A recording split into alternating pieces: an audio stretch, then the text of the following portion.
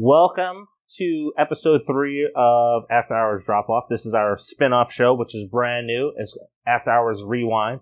So we're going to dive into the movie a little bit further, characters, some behind-the-scenes stuff, and then we'll just get into it. I think I'm going to like this part. Yeah, I think so too. I think this is going to be the fun part. I really enjoyed this with the Omen, so it's nice. So we'll break this up. You know, if we do run, long with the other review show, you still get the little nuggets and morsels that you would want in a Hershey almond bar, but now you get all the almonds. Do you like Hershey almond bar?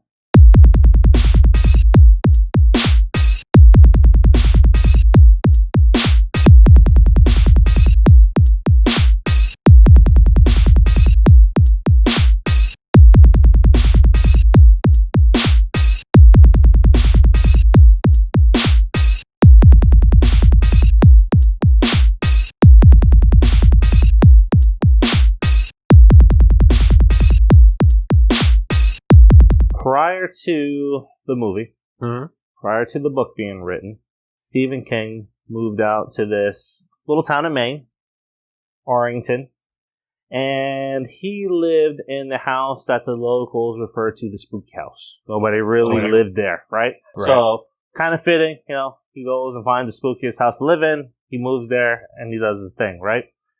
So, he's living there, and he takes some inspiration from the house that he's living in. One, there's a path behind the house that leads to an actual pet cemetery. So the pet cemetery is real.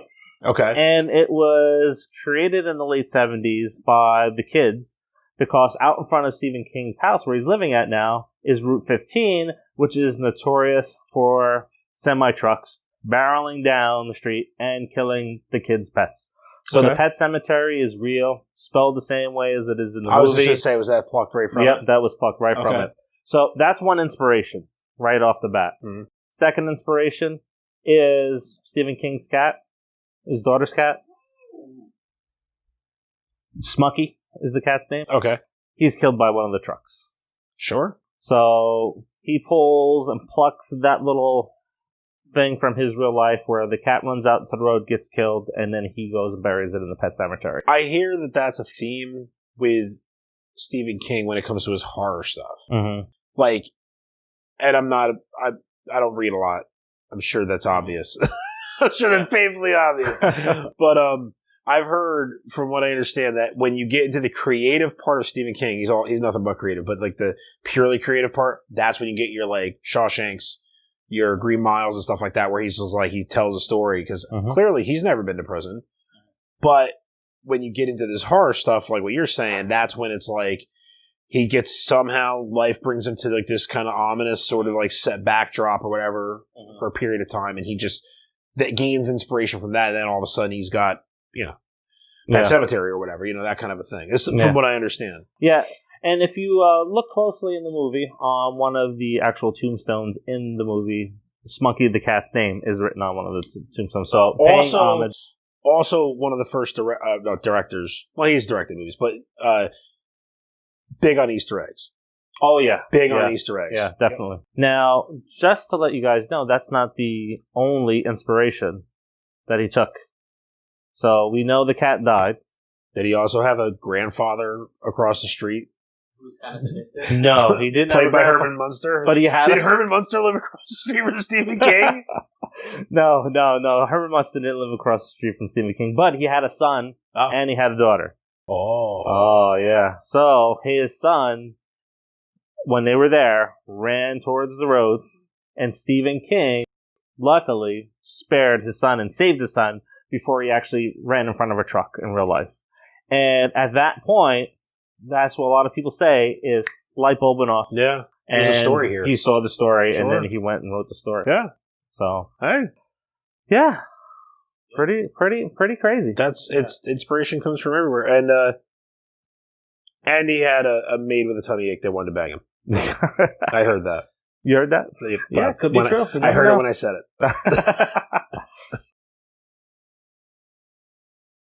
All right, so Stephen King has written his book. As you see in a little quote in the beginning of the show, he was kind of afraid of this book. It was a very dark and black book for him, and he just shelved it for a while. He also wrote the screenplay for this book, and it fell into the hands of Lindsay Dorian. She was an executive for NBC Studios at the time. Okay. It was the early 80s. She fell in love with the script. She brought it to the people in charge, and she was like, hey, I got this winner here. Let's make this film. And the studio execs were like, nah. Stephen King's run is over. 70s is over. His films are over. We're not touching any more of his stuff. Right. So it just kind of fell to the wayside. So, Lindsay moved on to another company, which was called Embassy, and she pitched the film again. Now we're in 1985. She tried to get the film in, and again, same response. Stephen King is done. He's done. We don't want nothing to do with his movies. We're moving on. And then 1986 rolls around. Maximum Overdrive happens. Yeah. Different type of movie, though, right? So different type of movie. Think about totally in the same universe. We have slashers, and we have more sci-fi. Yep. We're getting away from the creepy kind of horror like this film is about. Yep. 1988 rolls in. There's a writer strike. Lindsay's now working at Paramount, and they're requesting for completed scripts that they don't have to add anything to. They can just throw it right at production. Okay. Lindsay raises her hand, and they're like, nope, we don't want to hear about Pet Sematary again. Leave it alone. But she convinces them to make the film. So, almost a 10-year journey just to get this made into a movie. In our last episode, when we talked about the timeline a little bit, how old is Judd, right? So we think about this movie, this was probably written back in the late 70s, early 80s. Yeah. Yeah, I see that. So, yeah. I don't really have anything to go by that. Like that, sure. If we're putting ourselves in 1978, that puts Judd. Let's say it was. If I think he said 1929. I thought that's what he said. So that's 50 years. Figure he's 10. That makes him 60. Yeah.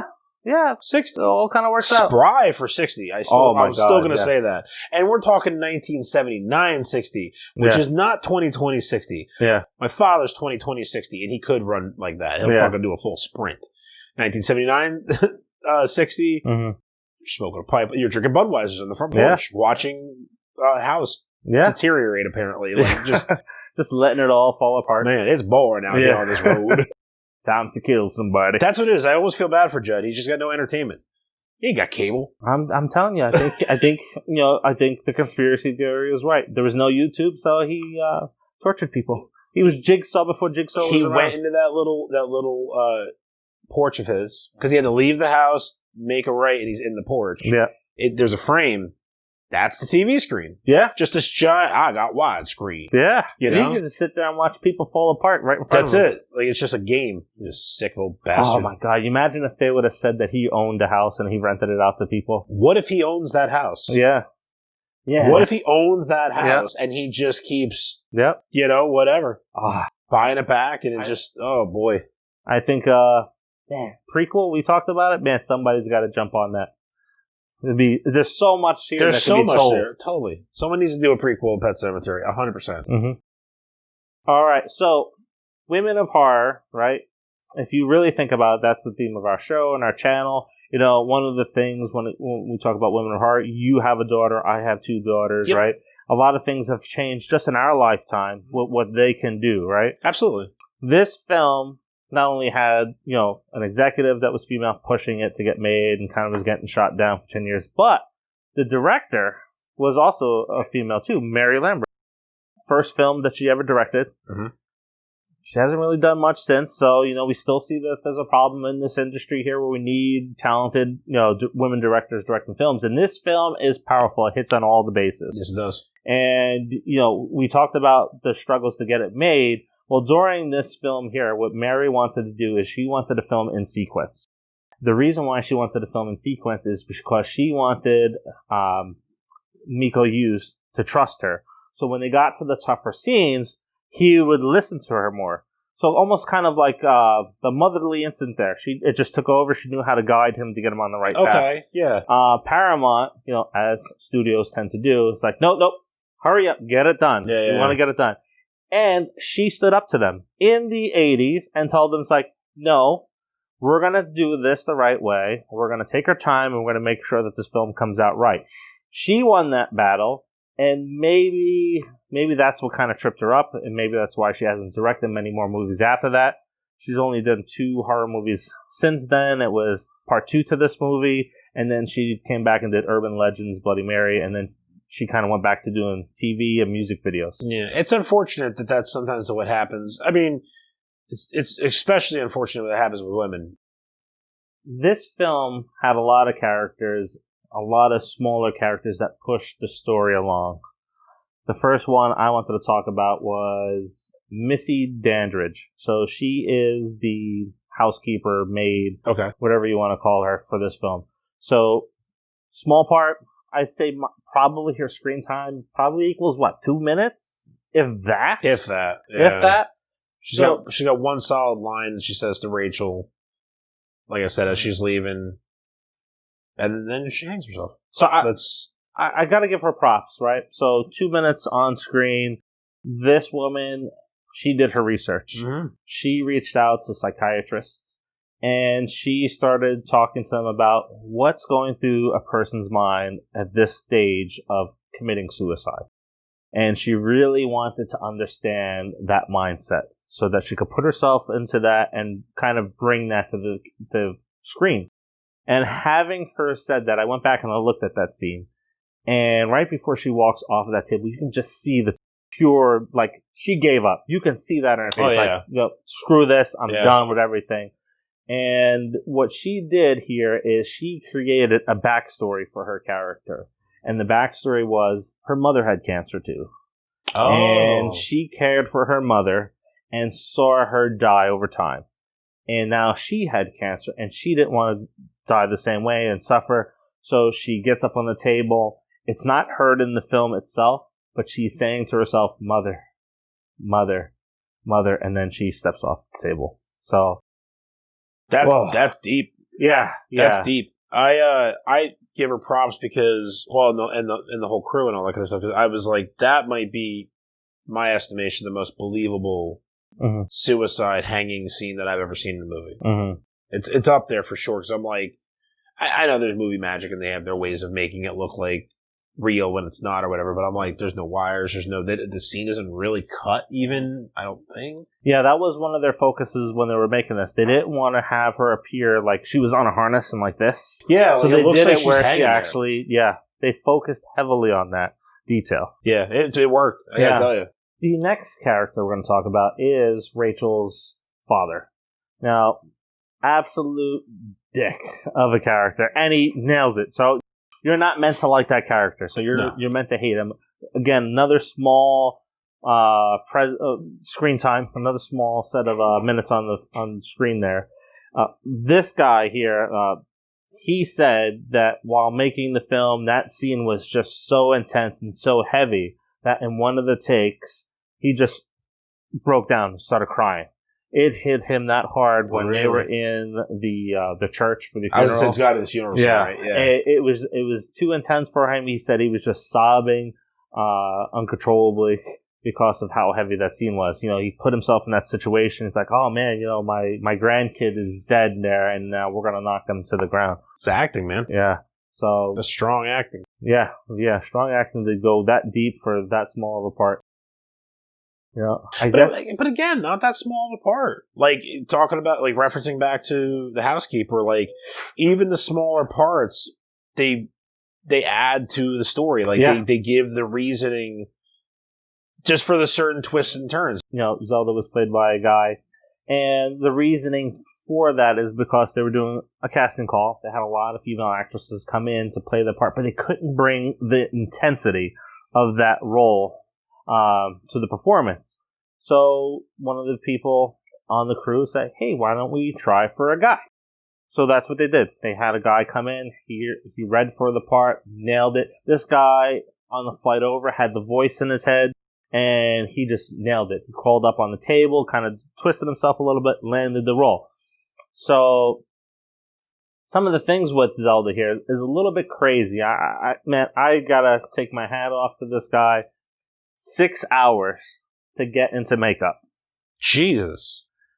8 hours to remove all the adhesive to get out of makeup. So what he did was he would stay in makeup for 24 plus hours during the filming of his scenes so that he didn't have to get the makeup on, get the makeup off. I would love to know what these actors were making. That's a lot of effort for, again, Right? another small role that plays an important part, but it's nonetheless a small role in a movie that, No, the actor that does Zelda is awesome. Male or female. Yeah. It's just, again, really fucking good. Yeah. And later in the movie when, I'm going to make you as crippled as me, or whatever that line was. Wow. Your back will be bent like mine, or whatever. I was like, oh. Yeah. Yeah. Good. All right, that brings us to Pascal. So, another smaller character on there. That's what we're starting with, is the smaller characters. And we kind of give a bit of a spoiler for this show and the last show where, he was told that this character was going to be more of an angel. And he was reading for the movie itself, and you actually draw angels and stuff like that on the actual books and stuff like that. Right. But you can kind of see that. Like, I kind of mentioned in the last episode in one of the scenes, he kind of improvs just, looking up at something else. So every scene that he is in, such a small character, he elevates every scene. Like you mentioned the plane scene in the last episode. Oh yeah, he can't help but see him. Yeah, he definitely. He's one of those characters where I don't think if you had his character in this movie, a lot of it doesn't work. Yeah, no, and I thought it was cool. The actor, the character for sure was awesome. I was really thought it was cool that by the end, because you start realizing that he's not at the house. Mm-hmm. Like he's at. I'm thinking about it now. Is like he makes the line. He goes, "This is where my journey ends." Mm-hmm. And does he say that because he knows that the shit's about to hit the fan, or is it because he literally can't go where she's going? And then she goes into Judd's house. Like, why wasn't he? I was at first when I heard that, I'm like, she's going to head into the Pet Sematary or something like that. I'm like, oh, he can't go. It's a burial ground, whatever. But that's not what happened. She ends up going across the street. Like, he didn't know where she was going to go, but he still said, my journey ends here. Like, why did he say that? Yeah. Well, you know what? You kind of hit on it, I think, a little bit, where, he's a guardian angel, and he's an influencer. So he can't influence her any more than she's already been. Yep. But think about it, though. Well, I guess Judd would have been dead by then. Maybe he knew Judd was dead. Because he could have influenced Judd. Like, to assume that the mission's done or whatever, he can't go any further. She's going to go wherever she's going to go. Well, granted, they're in the middle of nowhere, but the husband's there so he could run into him, or Judd's there, and without knowing anything else, he could influence Judd. The only thing I thought when he said that was like, she must be heading to the cemetery. She's going to discover the Pet Sematary. She might even discover because I've never seen the movie. I'm thinking all this stuff's going to come, and she's going to be like, oh my God, my husband's fucking off his rocker. Yeah. But that's not what happens. She goes across the street to Judd's house, and Pascal totally could have been with her the whole time, potentially influencing Judd or whatever. I don't know. It was just one of those things I was like, it kind of went in a direction I didn't expect. Well, let's go down that path. You see the guardian angel, aren't? I think we're going to say the same thing. Were you going the Reaper route? Because I'm Naya. No. Because Reapers can't mess with things as much as he was. I'm going that route, though. In a different take. Go ahead. Because he's influencing reality, but he can't mess with the timeline. Sure. So he just has to nudge it in the direction of what she should do, but kind of can't force it. Yeah. So she just has to. Do you think he kind of already knows what's going to happen? I think so. So, no, let's go on that guardian angel topic that we were talking about, right? So, one, if he's assigned to Lewis, right? Okay. How many people can he get involved with outside of that small family unit and say, you know what? Help him. I'm sure he can't do that. I'm sure they have limits and boundaries and whatever the Guardian Angel rulebook says, right? Right. But, yeah, I think it's the same thing. There are things that are supposed to happen, and he's an influencer, and he can't prevent it by saying, this is what's going to happen. He can only say, kind of nudge you in the right direction. I just had an alternate theory. What? Still with the Guardian Angel thing? Not Lewis's. What if he's the daughter's Guardian Angel? That's what I was thinking. Because she's left out of it. Yeah. She's left out of the equation. She's with the grandparents right now. She's essentially safe. They're crappy people, but they're not going to kill her. Yeah. But he looks down the path. He's just like, this is going to end up the way it's going to end up. He's nuts. She's going back no matter what's going to happen. Like, it's just going to end up the way it's going to end up. Mm-hmm. You know, and then he sets the series of, you know, the in motion. But then again, the mom is essentially, by the end of it, the mom ganks the dad, and then she's roaming the earth as a fucking zombie with half her face missing and pus coming out of her brain. So I guess that theory doesn't really work either. I don't know. Work, though, because then and that should have been the sequel, by the way. Yeah, if the sequel were whatever, it should have been that. I don't know, the first 5 minutes and they were on a movie set or whatever, I turned it off. But the sequel, like, she's going after the daughter, and his goal is still to protect. Could have been. Could have been that. Ellie. Okay. Yeah, could have been that. I don't know. But that's an interesting theory, too, is that maybe he wasn't even the guardian angel for the father. Maybe it was, or the family. It was just the daughter. But then the daughter, I don't know. There's a lot of, it just caught my attention because I'm like, why couldn't he keep going? She didn't go anywhere that he couldn't theoretically go. Another thing that you said was how he influenced the nightmares of that. What if she didn't? What if he actually is like a psychic? Right. And his job as a guardian angel was to protect her because of her abilities. Maybe. The story kind of goes in a lot of different directions. Yeah. She could have the shine. She could have the shinning. Yeah, the shinning. What about the cat? And just since we were talking about Pascal, I know we're doing characters, but because theoretically he's the cat would be the opposite of Pascal. They're battling each other in a lot of ways. That's how I took it too. Because Church, by the time he's possessed, he's a prick, and he's fucking with the dad and all this kind of stuff too. Well, that's fair. Yeah, cats are jerks. So now we're going to talk about Judd. Judd. Played by Fred Gwynne, the amazing Fred Gwynne. Mm-hmm. Many of you may know him as Herman Munster. The judge from My Cousin Vinny. Yeah. This is one of his last few films in his career. Would have been. Would have been, yeah. I have to say, I'll say this. Judd could stay there, but if there's no Fred Gwynne playing Judd, oh yeah, the movie's done. I think he tied everything together. His performance was great, and he didn't overshadow everybody, but he was the glue. He was the heart and soul of this movie, and I don't think you could do it without him. Another old school actor. And he does that draw, man. It's that southern draw he's got, that like kind of yokelish sort of thing, but he's like wise and all this kind of stuff. Like, you gotta listen to him, and takes the dad in under his wing a little bit. He's like I said, the surrogate father or grandfather to the kids, like a good dude, you think. Until you read into it and do a podcast about it, then you're like, the guy's a fucking asshole too. Yeah, I'm all pieces of shit. I'm kind of leaning on your theory where he was the evil character on this, and we just didn't realize it. And he is just kind of pushing these people towards that cliff and just watching them fall off. Maybe he just never saw a child die before and was just like, this is bad. And then was just like, I gotta change my ways, but too bad. Yep. You're gonna get your comeuppance in about 35, 40 minutes. Yeah. A servant to the Native Americans. Could have been. The Micmacs there. Yeah, well, he's like 160 years old. Maybe he buried him. Could be. Who knows? Could be. Now, a couple of things about Fred Gwynne is he was also an author. He wrote children's books. So you have a young Miko Hughes on there. So he engaged with Miko Hughes a lot. He actually gave him a lot of his books that he wrote. So I think Miko Hughes even still has some of those books. That's which cool. Is amazing. That is really cool. But he was a fanboy. Oh, really? He is a major Stephen King fanboy. I was at the time. So when Stephen King was on the set, he was always following Stephen King around, asking him questions and stuff about his books and stuff like that. So he was geeking out a little bit when Stephen King was around.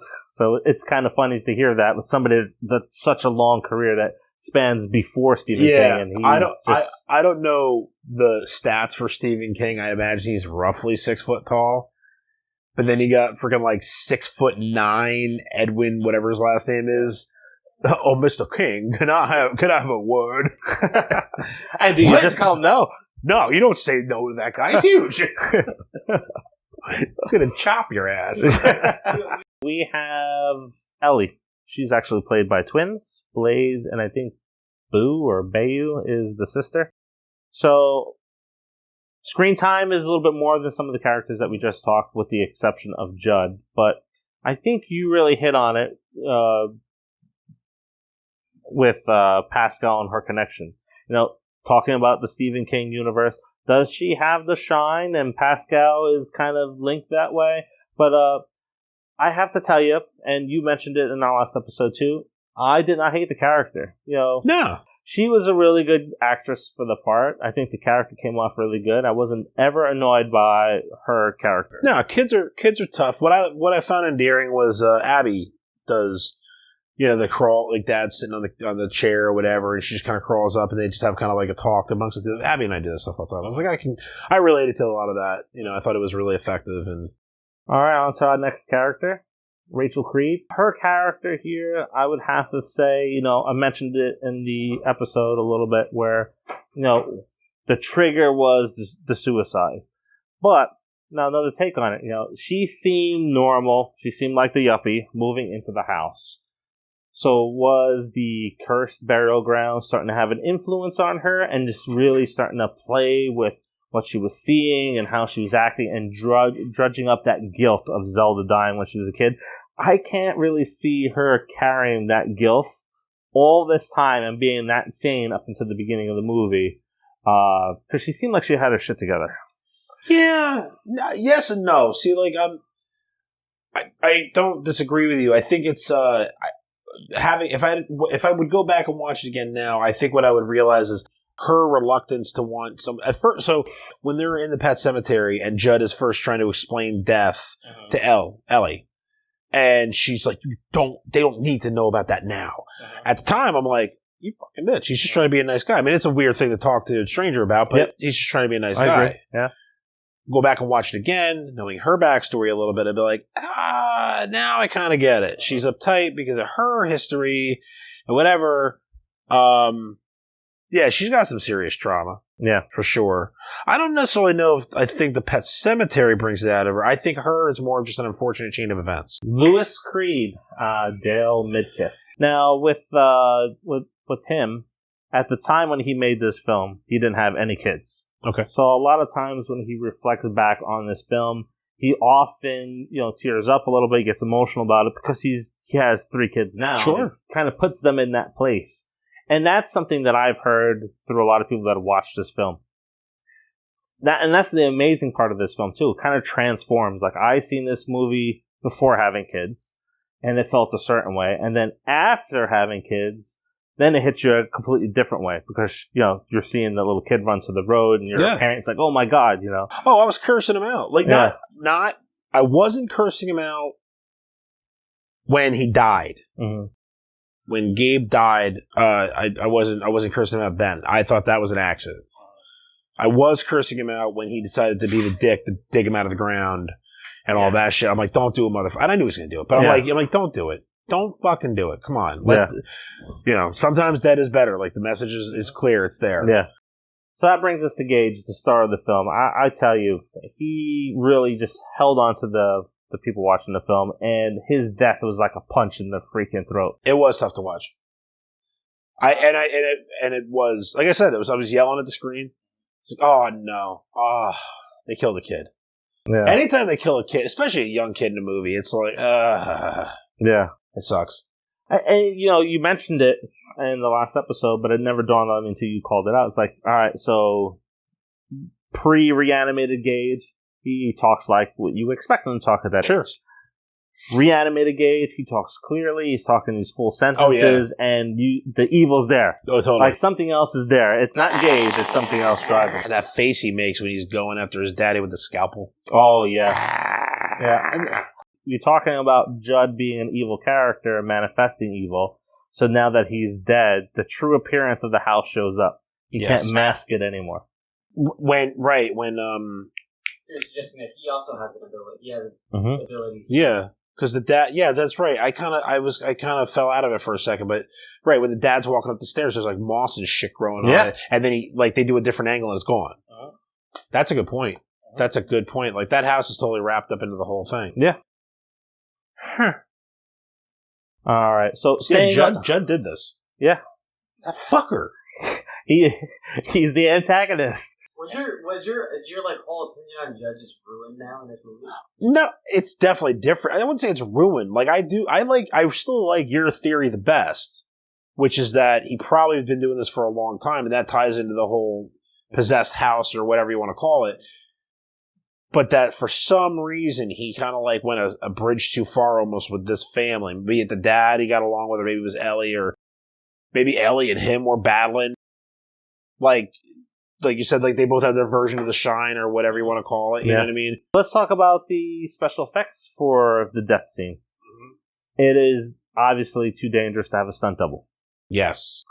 And they didn't use a puppet. Okay. So how they pulled this scene off is they had a giant mirror that they set up by the side of the road, and they would use camera angles to pick up the reflection of the truck coming towards Gage. So it made it seem like that truck was right on top how of they him. did that. So definitely some amazing special effects on there. Back when it was an art form. Exactly. Yeah. Mary Lambert wanted to kind of introduce this idea to make sure that Nico is safe. Again, outstanding director. I don't know why she doesn't have more films. She's bringing this kind of creativity to a film set there. But how fast do you think the trucker was going? Those trucks on that street were going every bit of 60 plus. There's no way they were. How about in real life during filming? Oh, I just figured they were going. Oh, you know what? No, you know what? I know where you're going. I think I know where you're going with this. Because one of the first things I noticed when they first get to the house is they go on the street and these trucks are whipping by. Oh, that's fucking fast. And then their car is pulling in super, super fucking slow. So you're like, well, that, your brain kind of plays a trick on you where you immediately assume like, well, they got to be doing 90. They were probably doing like 20 or 30. Truck never went over 10 miles per hour. What? Yes.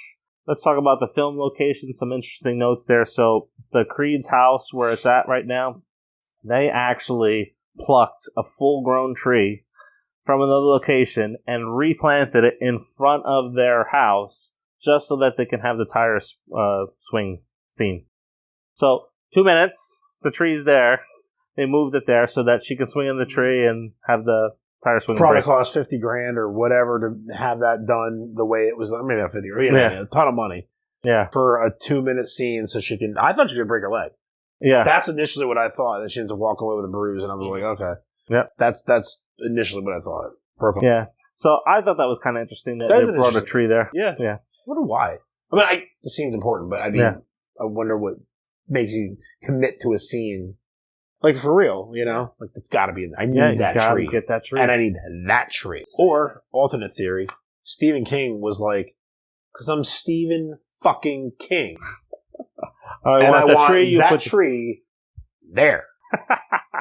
Okay, now the second house was the Victorian type of mansion that Judd lived in, which was across the street. Mm-hmm. That didn't really exist. In its place was a small little ranch home that was across the street, and they built the front and side of that house up around that ranch home. So I thought that was pretty committed to it. They built this nice little front to it. They set it on fire and didn't do any damage to the home that was sitting behind it. I was kind of convinced too that was a legit. Oh, maybe that's just that's movie making magic because it looked legit to me. They had an oh shit moment. So after they built the facade of the house, Mary walks by it the one day and it's like, hey, I forgot we didn't film the scene where Judd's a kid. So now the house has to look brand new. So they spent 12 hours getting the house ready for the next day. You have this house sitting over an existing house and they just light it up on fire. And obviously no damage to the existing house. But one thing did happen. So, when you're dealing with fire, you have to get it on one take. So, if you go back and watch the film, Dale Metcalf actually gets second-degree burns from walking past the house. And when he's walking... Oh, he does one of these. Yes. I remember I saw that. Yeah. So if you've noticed that, he goes like this, because he's actually carrying a 70-pound dummy of his wife. Oh. And he couldn't get his arms up in time to shield himself from the fire in the front of the house, which caused the second-degree burns. I gotcha. That's crazy. Yeah, definitely. And that brings us to the conclusion of After Hours Rewind, our first episode where we give you a little bit of the behind the scenes, talk about the characters a little bit more in depth. I hope you guys are thinking about this movie a little bit differently. Do you see where we're kind of going with this, which wasn't planned? What's your thoughts on the film? Leave it in the comments. Let us know if, you're kind of thinking that Judd was the bad guy now. I'm definitely thinking Judd was a bad guy.